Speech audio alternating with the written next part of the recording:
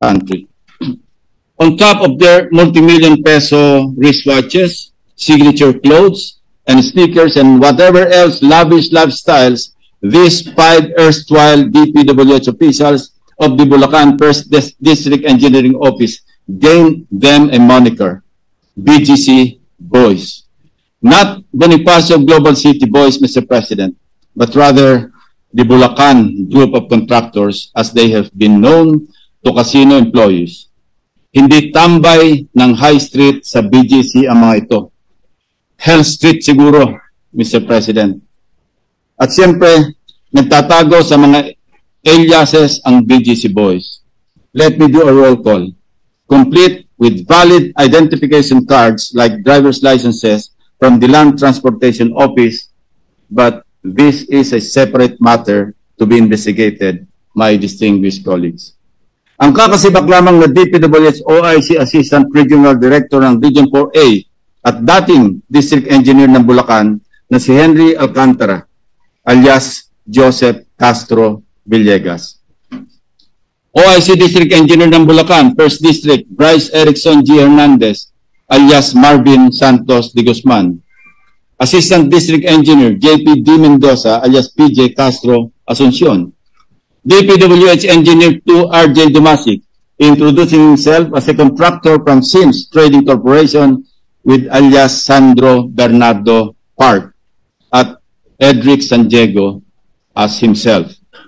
They may hide their identities, but having spent practically all my law enforcement years conducting intelligence and investigative work, I know criminals when I see them. No matter how real-looking their IDs are, no matter how long they were able to thrive in the shadows, no one can shield them from the day of reckoning that they deserve. Lalong-lalo na kung lantaran at walang pakundangan na ang pagnanakaw at paglustay ng kaban ng bayan, Mr. President. Base sa mga dokumentong nakalap namin mula sa PAGCOR, malulula tayo sa laki ng halagang naging talo sa kasino ng 5 ito. 950 million in gross losses, Mr. President. Base ang mga ito sa official at validated na record mula mismo sa 13 kasino sa Metro Manila, Cebu at Pampanga. Halimbawa, itong si former Assistant District Engineer at OIC District Engineer Bryce Hernandez alias Marvin Santos de Guzman, mayroong combined gross losses sa mga kasino na 435 million pesos. Halos hindi sila nagkakalayo ng OIC Assistant District Engineer niya na si JP Mendoza alias PJ Castro Asuncion na may 418 million pesos sa nakabuwang talo sa iba't ibang mga kasino. Ang former District Engineer na si Henry Alcantara na hindi naman tumanggi na pumapasok at nagsusugal sa kasino, ay nakapagpatalo ng 68,000 pesos pero bilang Henry Alcantara lamang yan. Ang mas malaking bulto ng kanyang talo habang nagtatago sa kanyang alias na Joseph Castro Villegas ay tumataginting na 36.7 million pesos in gross losses. Hindi rin natin sinasantabi ang milyones na pinatalo ng mga DPWH employees na nagpapanggap na contractors na sina Project Engineer RJ Dumasig alias Sandro Bernardo Park na may gross losses na 16.9 million at Edric San Diego alias himself or as himself na may losses na 42.4 million pesos. Akala siguro ng mga ito ay maaari silang manatiling multo o incognito. Ito ay isa lamang sa tambak na pagkakamali nila, Ginoong Pangulo. Interestingly, mukhang may kakaibang milagro ang dumapo sa tropang BGC Boys sa isang kasino sa Newport World Resort sa Pasay, kung saan sila ay tumabo ng 100 milyong pisong panalo mula August 31, 2023 hanggang April 4, 2024. Henry Alcantara, 4.7 million pesos. Bryce Erickson Hernandez, 189 million pesos. JP Mendoza, 320 million pesos.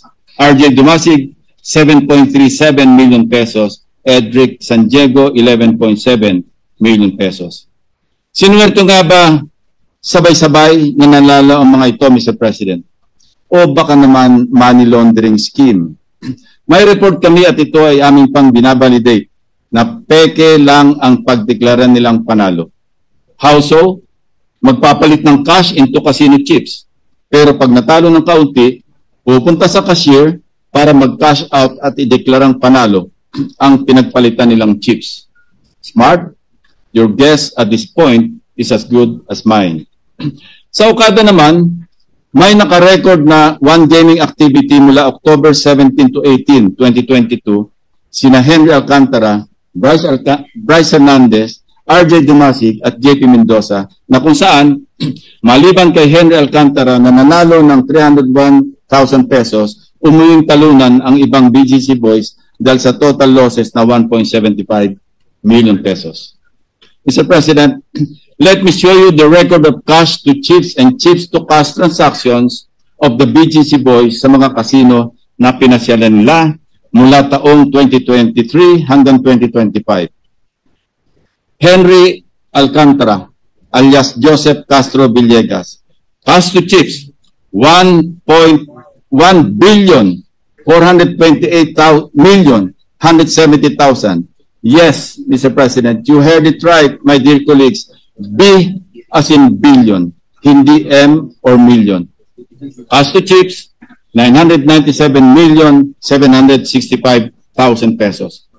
Bryce Hernandez, alias Marvin Santos de Guzman, cash to chips, 659,910,000 pesos. Chips to cash, 1,385,360,250 pesos. JP de Guzman, alias PJ Asuncion, cash to chips from 2023 to 2024, 26,500,000. Cash to chips, 2023 and 2024, 280,093,500 pesos. In this regard, my office has submitted their names and aliases to the Anti-Money Laundering Council since casinos are covered persons under the amended Anti-Money Laundering Act. Hindi pa po dito nagtatapos, Mr. President, ang kanilang mga kabulastugan. Sa aking naunang privilege speech ng August 20, 2025, nauna ko nang nilarawan base sa aming sources ang mag-among sina Alcantara at Hernandez na may parehong level ng pagmamahal sa pera. Itong si Bryce Hernandez, nagkalat na nga ang kanyang mga larawan sa social media dahil sa kanyang kabulastugan. Aba, hindi man lamang nahiyang pumasyal-pasyal sa isang kasino sa Metro Manila hanggang noong September 1, 2025. Habang naghihiring ang Senate Blue Ribbon Committee, si Bryce nasa isang kasino nagsusugal. Ang ibang BGC boys may record pa hanggang noong nakarambuan ng Agosto sa paglalaro sa mga kasino. Suma total, habang lubog pa rin sa tubig baha ang mga taga-Bulacan dahil sa mga pangungurakot na mga ito at kahit booking na mismo ng Pangulo ang kalokohan, sige pa rin ang pagpapasasa ng BGC boys sa pagwawaldas ng pera ng taong bayan. Walang kahiya-hiya sa katawan. Wala pong konsyensya ang mga ito, Mr. President. Kung darapala ng pagwawaldas ng kaban ng bayan sa mga kasino, lalong darapala ng kanilang pagdudoktor ng mga dokumento para makapagnakaw. Over the past week, we scoured hundreds of pages of documents, each page painting telltale signs of how deeply entrenched corruption has become in the BGC kingdom.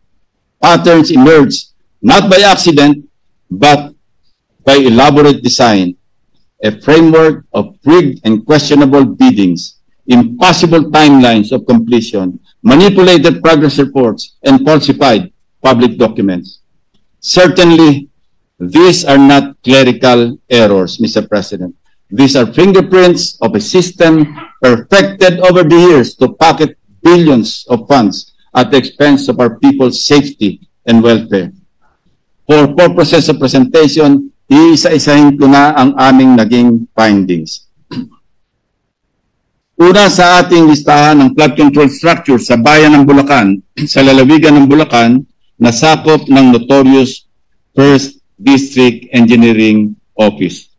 Ang pondo ng flood control structure sa May Capiz, Talitip River, Package B sa Barangay Perez ay nagkakahalaga ng 92.58 million pesos sa ilalim ng 2024 national budget.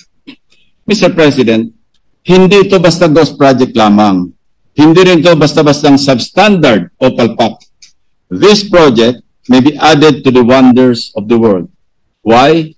Because it will keep us wondering how in the world it was implemented at such an extraordinary speed and paid in extraordinary haste. Imagine, Mr. President, December 17, 2024, nang mai-award sa Sims Construction ang proyekto. May notice to proceed na agad ng sinundang araw o noong December 18, 2024.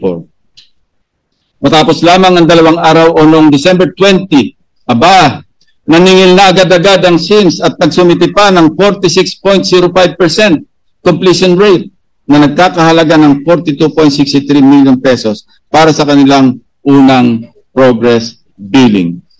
2 araw, Ginoong Pangulo, halos nangangalahati na agad sila sa accomplishment.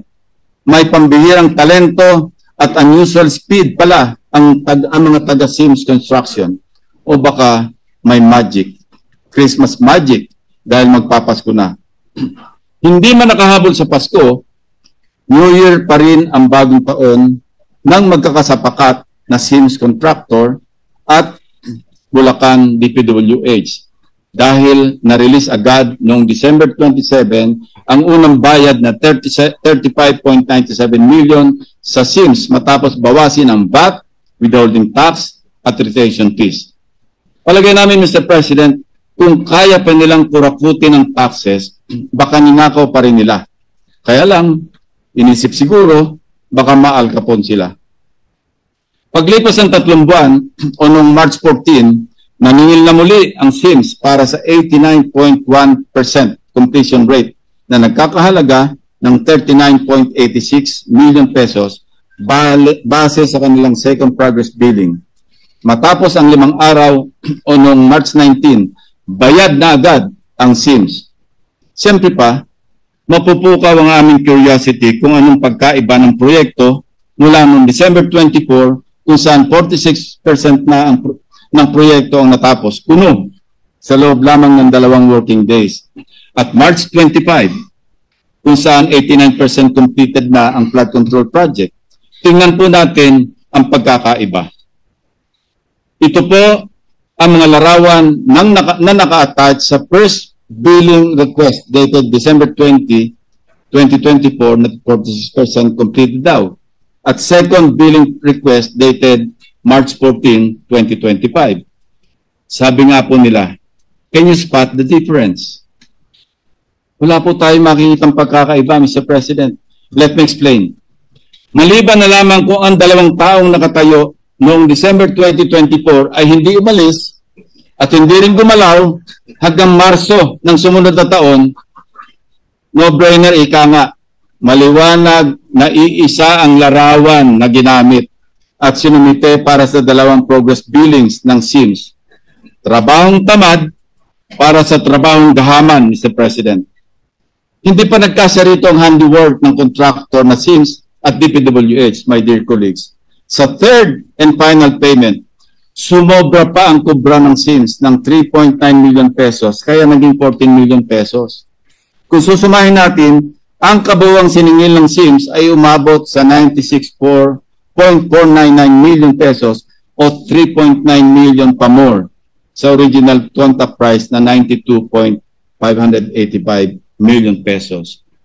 But lo and behold, aprobado ito, certified, checked, and reviewed by the BGC boys na sina Project Engineer RJ Dumasig at JP Mendoza, ang monthly certificate of payment para sa statement of work ng Sims, kasamang dagdag na 3.9 million pesos sa revised contract. Ang unang minadaling progress billing number 1, approved for payment rin sina Bryce Hernandez at Henry Alcantara, kaya release agad-agad ang singili ng sins. Hinog na hinog sa criminal case na malversation